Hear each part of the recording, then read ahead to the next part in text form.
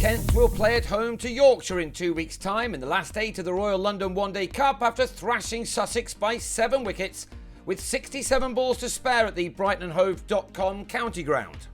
From winning the toss, everything went right for the visitors. Matt Coles had Luke Wright out with his third delivery, a lifter, and he also removed Luke Wells with another beauty with his 7th as Sussex quickly slumped to 4 for 2.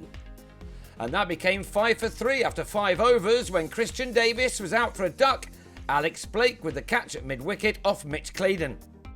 From such a position, it was always going to be a struggle for the Sharks to make anything better than a moderate total, in a competition they will be glad to see the back of this year. Harry Finch and Craig Kachopa were left to do the rebuilding, and to their credit, they were able to stick together until the end of the 20th over, in which time they added 68 runs. That partnership was ended by Darren Stevens, Kachopa out for 32.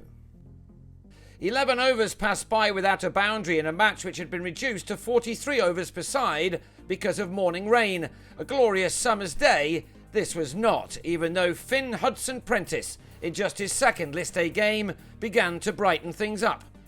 Finch, who's not had a bad competition, finished it off with a 50, but he was out soon afterwards.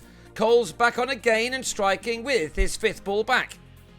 Hudson-Prentice can also be pleased with his day's work, the 20-year-old giving Will Gidman a wicket just too short of his half-century. 156 for 6 became 156 for 7 3 balls later as Ajmal Shahzad was run out by Gidman trying to get off the mark. Coles was on for his 3rd spell and yet again he struck immediately. Will Beer, the 4th Sussex man to go without scoring, perfectly picking out the fielder. Danny Briggs and Ollie Robinson did well to add 24 runs off the remaining 19 deliveries, the Sharks ending on 182 for 8, Coles with 4 for 39, Claydon's 9 overs costing only 19 runs.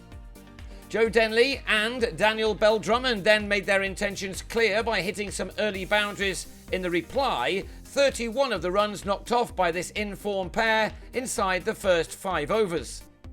But then a flicker of hope for the home side as Robinson got one through Bell-Drummond after he'd made 14. Shortly after, a big moment for Aberdeen Sakanda, the 21-year-old debutant with his maiden List A wicket, that of Denley for 24, eventually given out. Those two dismissed batsmen had both scored very heavily in this tournament, which has meant that Sam Billings has scored few runs. Here now was his opportunity to add plenty to the 3 catches he'd taken in the first innings. Halfway through the overs, he was already on his way to a 50, with his side left to get only 60 from the last 20 overs. That half-century duly arrived in the 28th over, a 7th for having the England man raising his bat after facing 60 balls. Sam North East, who'd been moving along quietly, celebrated by smashing the only 6 of the day to help his partnership with Billings up to 103.